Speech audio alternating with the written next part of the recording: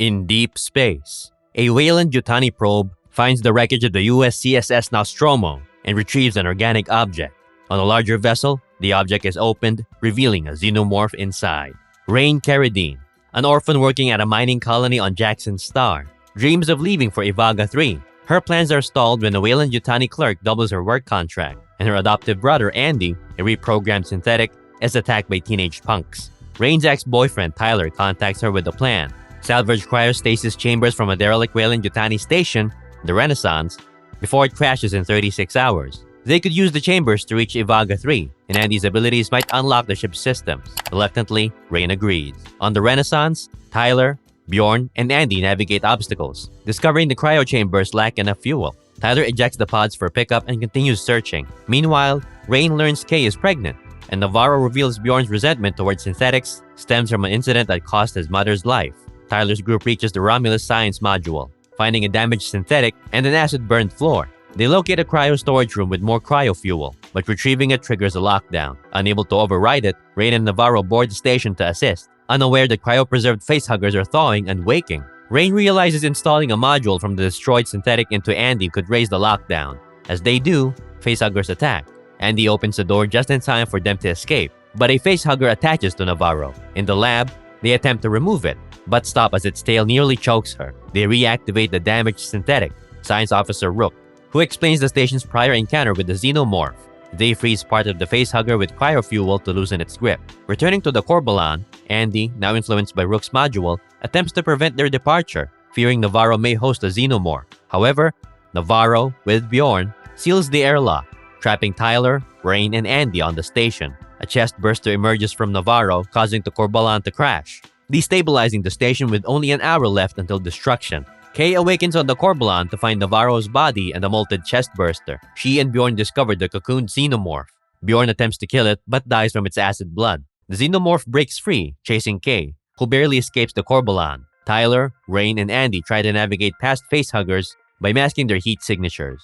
Kay's voice comes through Tyler's headset, alerting the facehuggers and forcing them to run. At the locked hangar door, Andy realizes the Xenomorph is using Kay as bait and refuses to open it. As Kay is taken by the Xenomorph, Andy reveals his new directive to serve Weyland-Yutani's interests.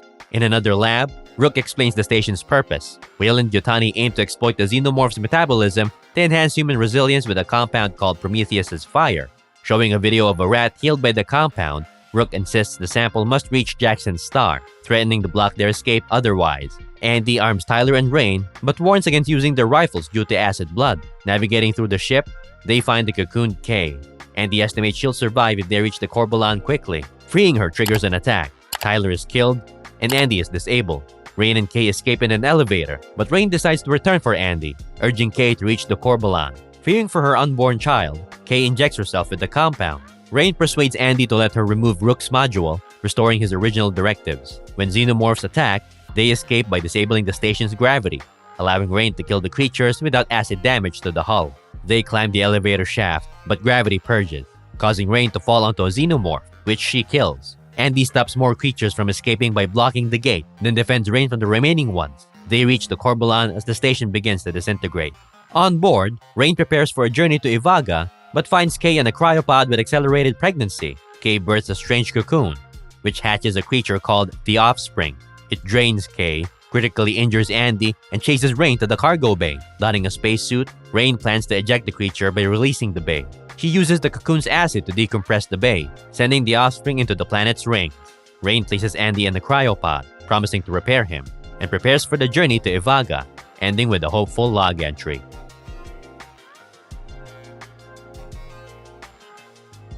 Fede Álvarez as Alien Romulus returns to the core thrills of the original Alien franchise, shedding the philosophical explorations of Prometheus and Alien Covenant for raw sci-fi horror. The plot centers on Rain Carradine, played by Cailee Spaeny, a miner trapped in a punishing contract, and Andy, played by David Jonsson, her synthetic protector. Together with a small crew, they find themselves fighting for survival on a derelict space station full of deadly secrets. Álvarez crafts a tense, straightforward story, avoiding complex backstories to focus on the immediate horror. This simplicity works, letting the suspenseful, alien-infested setting take center stage. The film's technical elements shine, immersing the viewer in a hostile, well-worn space station that feels both real and terrifying. Exceptional production design gives life to the Romulus space station, grounding it as a haunted house in space, while Álvarez uses it skillfully in sequences like the hallway facehugger chase and the thrilling elevator scene. The practical effects, tight editing by Jake Roberts, and atmospheric cinematography by Galo Olivares all contribute to a grimy, intense visual palette that pays homage to Alien's classic horror aesthetic. However, one CGI callback to the original film sticks out awkwardly, feeling overly polished and out of place in an otherwise tactile film. Cailee Spaeny and David Jonsson deliver compelling performances, with Spaeny giving Rain a determined, no-nonsense presence, and Jonsson's portrayal of Andy adding complexity to the moral dilemmas posed by his evolving directives. Their chemistry adds a layer of humanity to the terror, and Jonsson's arc as Andy, who must navigate his programming and his connection to Rain, stands out as a highlight. While Alien Romulus sometimes overplays fan service, its return to the franchise's horror roots captures the same claustrophobic dread of the original Alien, something fans have been waiting for since Ripley first faced the Xenomorph. Thank you very much for watching the whole video. And if you have a movie or TV show that you want us to cover, just comment it down below. We'll make a video of it in the future. Don't forget to like and subscribe. Check out our playlist for more recaps.